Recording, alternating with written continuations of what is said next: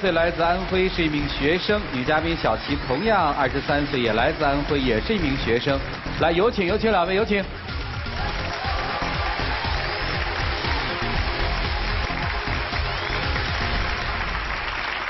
欢迎两位哈。主任好。那个话是你说的哈？对，我说的。这个1年多时间，一辈子的事儿都熬过了。对，我1年多发生了很多的事情。啊，应该开心不是吗？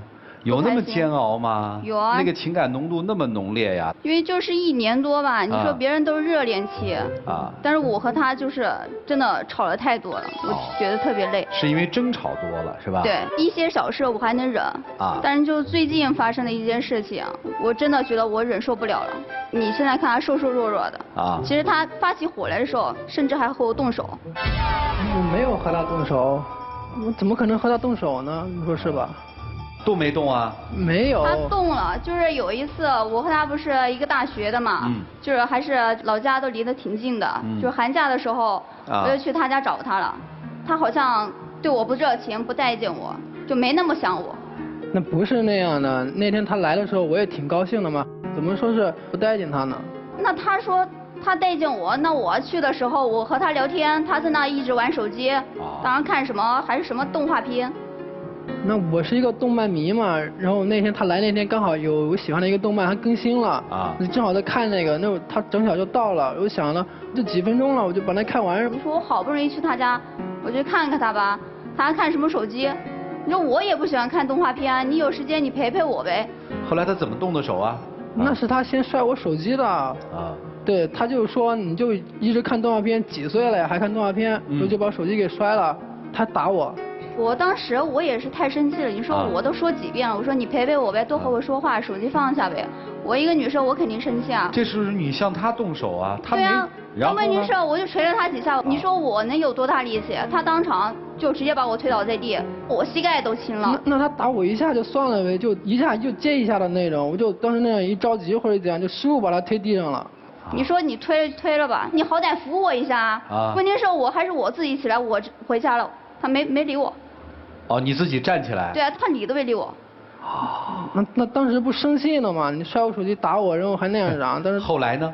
后来怎么又在一起了？后来呢，我自己想一下，确实自己做不对嘛，把他推地上都没怎么扶他或者怎样，然后就去他家嘛，反正离挺近的，去他家就跟他道歉那样。你接受道歉了吗？没接受。没接受。我觉得这个事我心里还是有一个结。你说一个男的我去你家找你，你还推我。你说都推到这个份上，你道歉我能理吗？我就觉得他脾气真的不好。哦，就因为这一件事就是脾气不好。不是，他之前对，就之前还有做兼职的时候他当时也是冲我发火了。做什么兼职？就是我们放假的时候，2个人当服务员。你说我当服务员，我肯定和客人就是聊几句啊什么的。他当时就吃醋了。然后来了一个客人嘛，就脸拉的老长，然后态度又特别不好，就恨不得别人赶紧走。你说我们都是在同一家店里给别人打工是吧？你说你这样任着自己的性子怎么可以呢？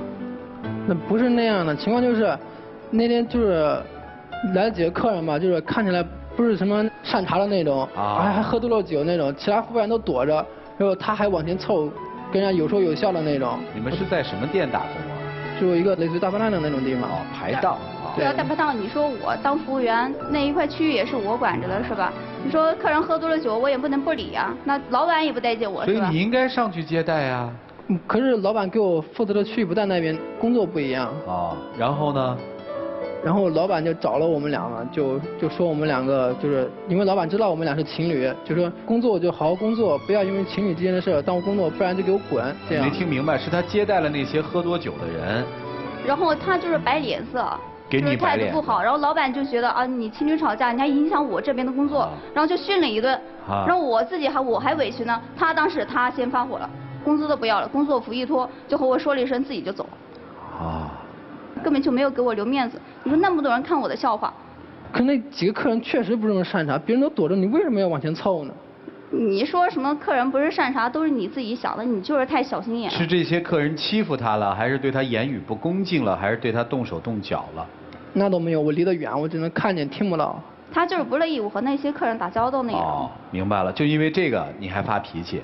然后后来他走了吧，那我就不得一个人还得上班呀。然后那天晚上我不就下班嘛，然后我出来的时候看到他在店旁边的阶梯旁边等我，我心还有些软，可是我还没说话，他就让我也别上班了。哎，主持人，你说我都上了好几天的班了，你说我这钱我能不要吗？他就和我吵。然后大马路上就是我们就是有那种女士的自行车，他天天接我下班那种，然后他举起自行车就往地上一砸。当时给我吓坏了，大马路上也没什么人，我不知道他怎么想的，就是性格真的特别冲的那种。那就分开吧，又舍不得。分开，我本来我和他在一块也是因为他对我好，就是脾气太大了，所以我就是想让他。他是天天脾气大呀，还是偶尔脾气大？是从一开始就脾气大呀，还是后来脾气大？后来变了。什么时候开始变化的？可能还是就是我们1周年纪念日的时候。1周年纪念日。那就是他自己作的啊。对，本来1周年纪念日挺好的一件事嘛，我就想着去逛逛商场，吃点东西什么的。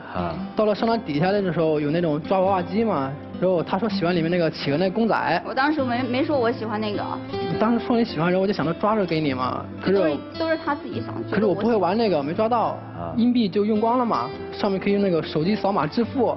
我就扫码支付了20块钱，连着抓10次，我想肯定能抓到。你还想10次呢，他1次都没抓着。如果没抓着也很正常，那玩意儿要抓着了，那还开那个店干嘛呀？如果没抓着，就因为20块钱，他就跟我吵架。那商场底下人挺多的，他就数落我说我，那当时我肯定就生气了。本来1周年，然后想抓娃没抓到，不是我的错呀，对吧？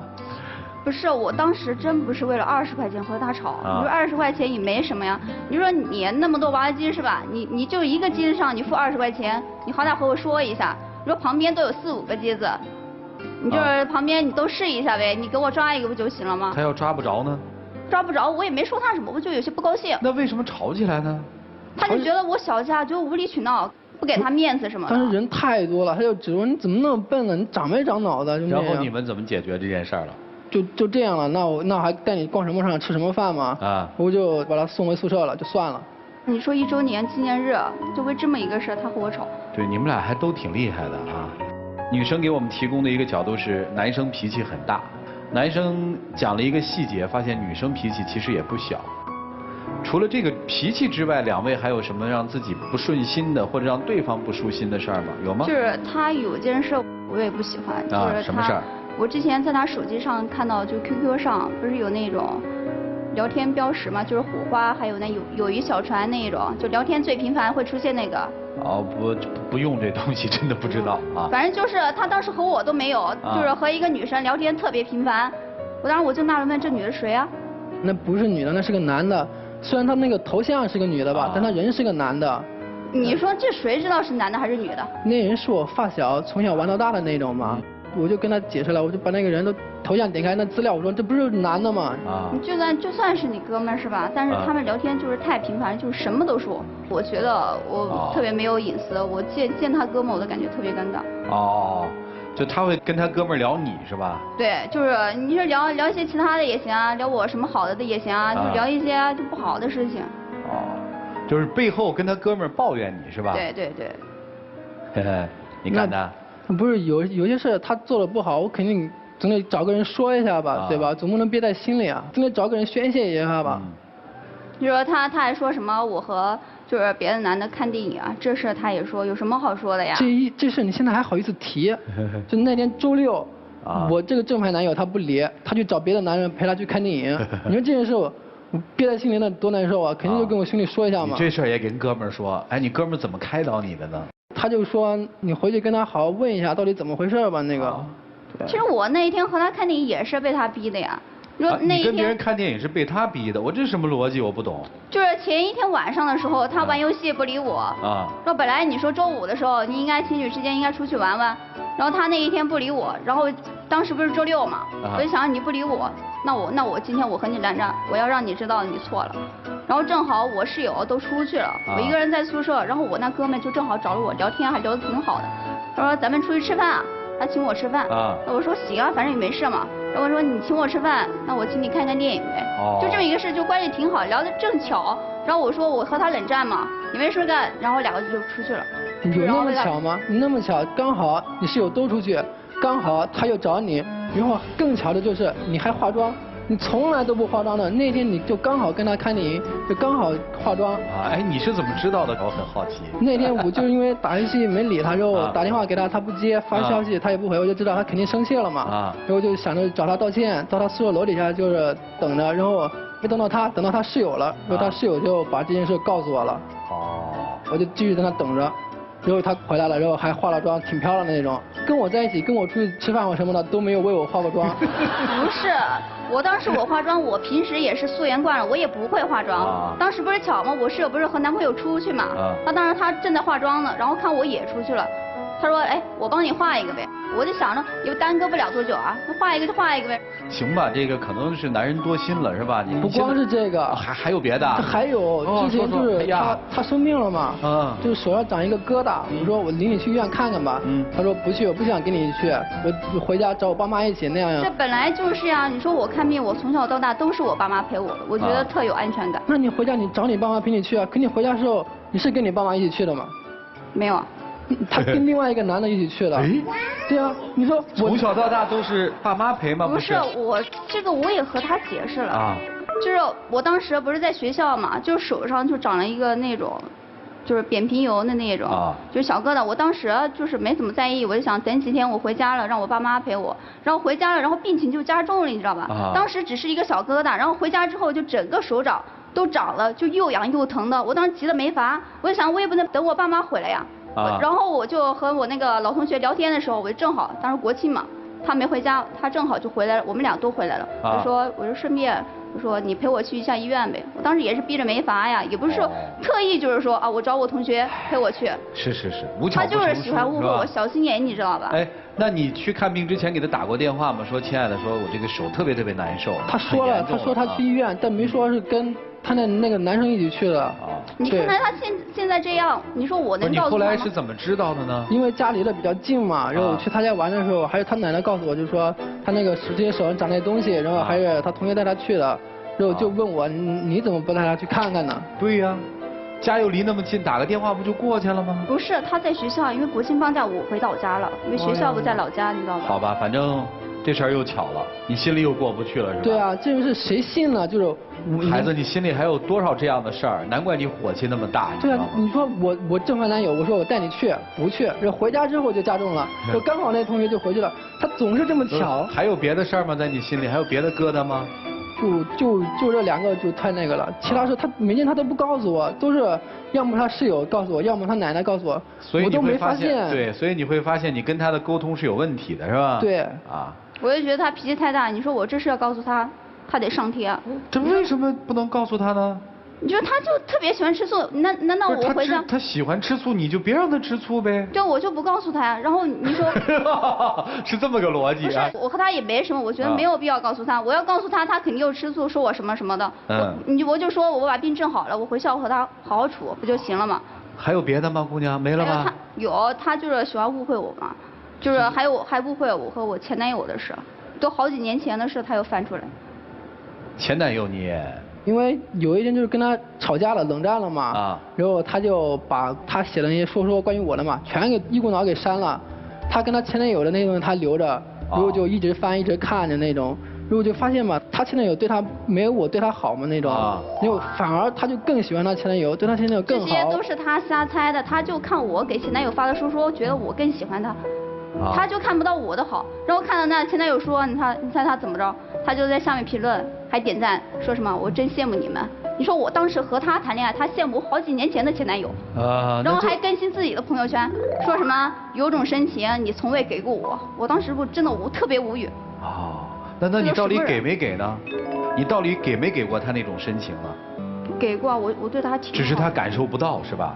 他不是，就是他平时挺好，就一遇到事情，他就觉得我不在乎他了。好。我当时删他说，因为我和他学校是每天都见面的，我删他说也就是想让他在乎我一下，知道我生气了，多哄我。那不删前男友是？不删前男友，当然好几年前了，我也不可能和他谈恋爱，你就是说翻到好几年前把他删掉，我就觉得我自己我无所谓啊，我就是心里就你觉得你是坦荡荡的。对，我觉得我没必要。所以你觉得他心眼小，对不对？所以今天是你要来？是我要来，我就觉得他脾气太大。来干嘛？我就想让他改脾气。改脾气？对他真的，我受不了，现在就越来越坏。因为他以前吧就对我挺好的，你说我感冒吧，他给我端来热水加点盐，就是说给我泡脚，就说这样对感冒好。就我想吃什么东西吧，他也给我买。那现在呢？现在后来不是因为就推我这事，我真的觉得。你是什么态度呢？那我不是啊，就是他总惹我，你懂吧？就像他那些跟男生那些事都不告诉我。接下来我就问，就是他上演的那些很巧合的戏码，你发现之后，你跟他都沟通过吗？我就问他，然后他就说没什么，你就小心眼，然后跟我吵，然后我脾气就上来了。我说了你也不信呀，到现在你还在提这个事情。那你没说呀，是我发现了你才说的呀。我不发现你会跟我说吗？你打算跟我说吗？所以你有没有想过他为什么会发火呢？这么说吧，他跟你吵架，他不看动漫了，无巧不成书的就来了一个他的女同学，无巧不成书的从不穿西服的他就穿了一身西服跟人看了场电影，无巧不成书的恰恰就被你发现了，你会生气吗？可是我当时真的。你会生气吗？会。会哈，无巧不成书的他这个发现生病了，你说你要陪他去，他说不，我不想在女人面前丢面子，是吧？我是一坚强的男人。又无巧不成书的，他恰恰又跟另外一个女同学陪他去了，你会生气吗？会。会生气。所以女生你想想看，就是如果碰到这些事儿你都会发脾气的话，你觉得要求他一点都不发脾气是不是合理？至于你们俩这个情感的恩恩怨怨，还是听老师们这么说吧，好不好？我们一起进入丘比特问卷。在爱情中有2种状态是不可以接受的。对于男人来说，遇到2个人的感情问题或者是争吵矛盾的时候，用暴力解决。虽然你没有动他啊，你摔自行车，你大声发脾气，你用暴力的方法去处理你们2个之间的问题，这是不应该不可取的，只会让你们的矛盾越来越深。还有一种方式是针对女孩子的，当2个人感情出现问题的时候，你用第3方说不行，他既然让我不开心，我得惩罚他，我让他也得不舒服，所以我找一个异性去看电影，我还不告诉他，我出口气。这种方法让男人吃醋，想让他重视你或者对你更好的这种举动非常不可取。2个人的问题2个人解决，想借助别的方式暴力，想借助第3方的人异性，只会让你矛盾越积累越深，所以就变成了恶性循环啊。他脾气越来越暴，你找一个异性看电影，下次再找一个男同学陪你看病，我们看到的就是恶性的循环，而没有丝毫的好转。所以你觉得发脾气能解决你们的问题吗？解决不了。你觉得找其他的男士陪你看个电影，他就对你更温柔了吗？没有，方法选错。而且我觉得你们2个人的性格很多地方太像了，都特别的喜欢控制别人。他家娃娃都必须让他换台夹娃娃机才能高兴，他就一台机器家又能怎样？因为你想控制他。而你们2个又都是那种特别不想被控制的人，在一起就总是争吵，所以我倒觉得性格没有那么的合适，而你们1年多的时间也没有磨合得太好，也许真的就不适合在一起。当然供你们参考，想想自己的问题出在哪，你能不能放下暴力，你能不能放下和其他异性的交往，自己去思考吧。谢谢。好，谢谢杨老师。很多情侣分手，别人问，哎，看起来你们挺好啊，时间也很长啊，为什么分手？什么原因呢？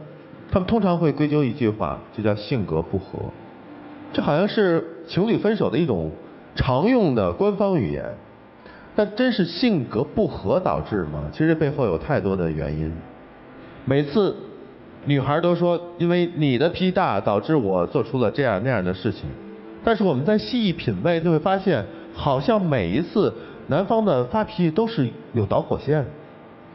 为什么男方会对你发的那次脾气？他在看动画片的时候，哦，原来你做出了摔他手机这个动作。你摔倒可能是因为他的失控啊，那是他的问题。但是你不觉得好像你是这个战争的引发者？还有就是你背着他2次，和人家去看病，和人家去看电影。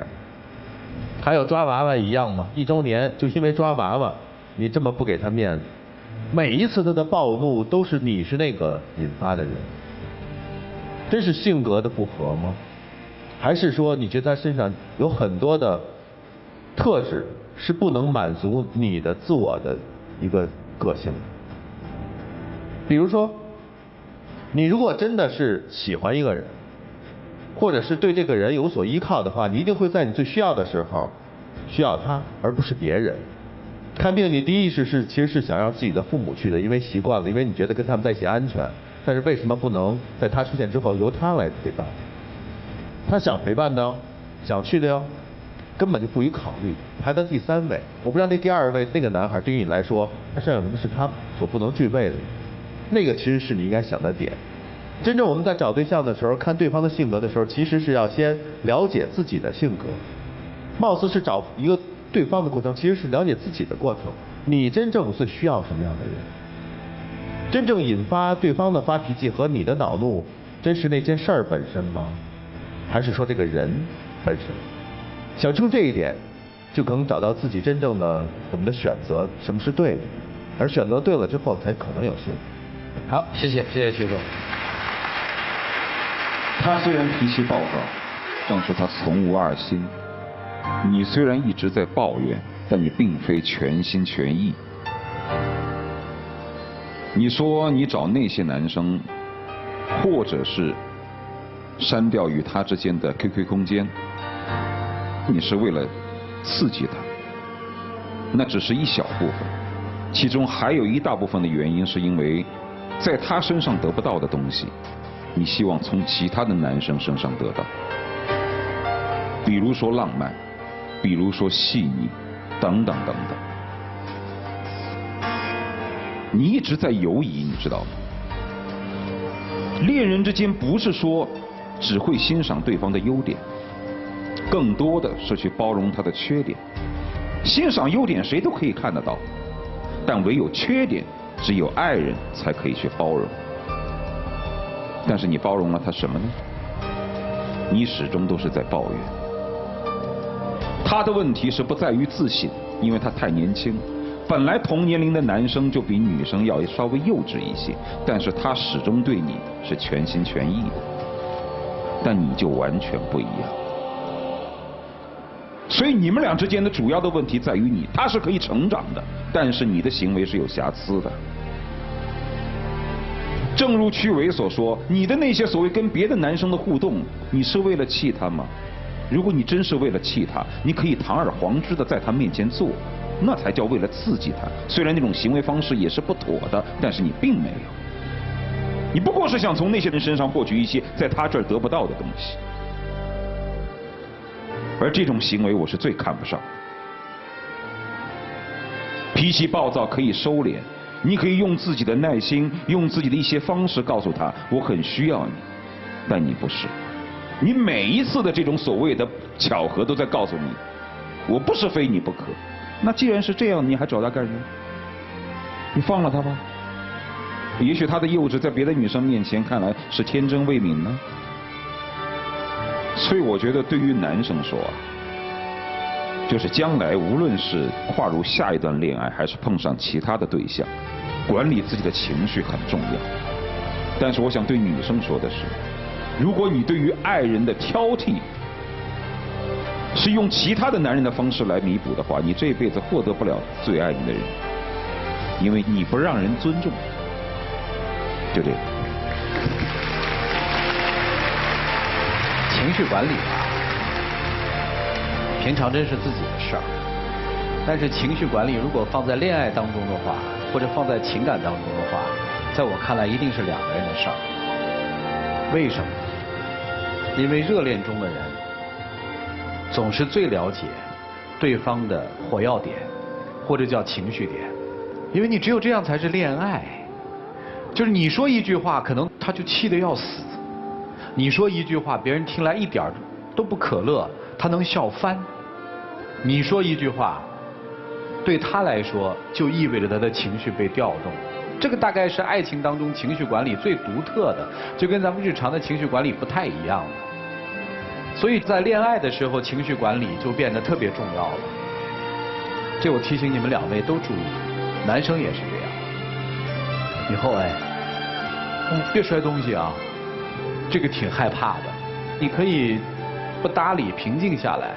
当然我知道这个很难做到，说起来都很容易，做起来都很难。谁叫你还爱他呢？心里还有他，对吧？不成熟可以成熟，可以变化。女生要学会欣赏啊。就这个男生其实有很多好的东西，你欣赏他吗？你不欣赏他，也不会跟他谈1年多恋爱。所以你们自己考虑吧。我觉得23岁了，其实面对一段爱情的时候，要不要的自己心里清楚。好了，让我们一起进入那几天喝古方红糖，真情60秒。琪琪，我知道我脾气太不好了。刚老师也说了，我不该用暴力解决问题，我不该发火。就像涂磊老师说的，我太幼稚了。这些东西我以后肯定改，所以请你再给我一次机会，不要跟我分手。我想继续跟你在一起。其实我真的给了你很多的时间，但是你一次又一次的让我失望。我不知道你能不能改，我也不知道以后会怎么样。我肯定会改的，我绝对会改的。请你不要离开我，我绝对不会再用暴力解决问题了，我不会再摔东西了，我保证，我真的保证。动漫什么的我以后不看了，可以吗？可以不跟我分手吗？回答我，可以不跟我分手吗？让我想想吧。谢谢2位，请回吧。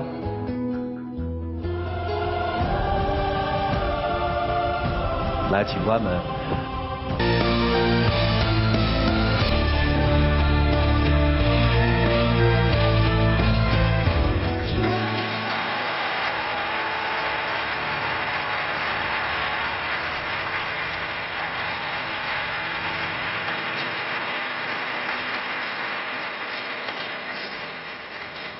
你喜欢他吗？喜欢。那个毛病要改啊，不要玩那种小孩的把戏。来，有请我们的小话筒，有请。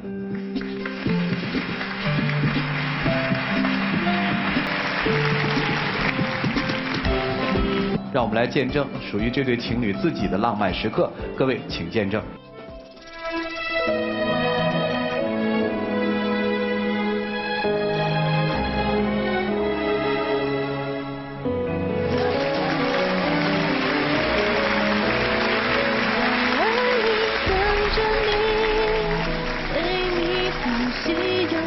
回去吧。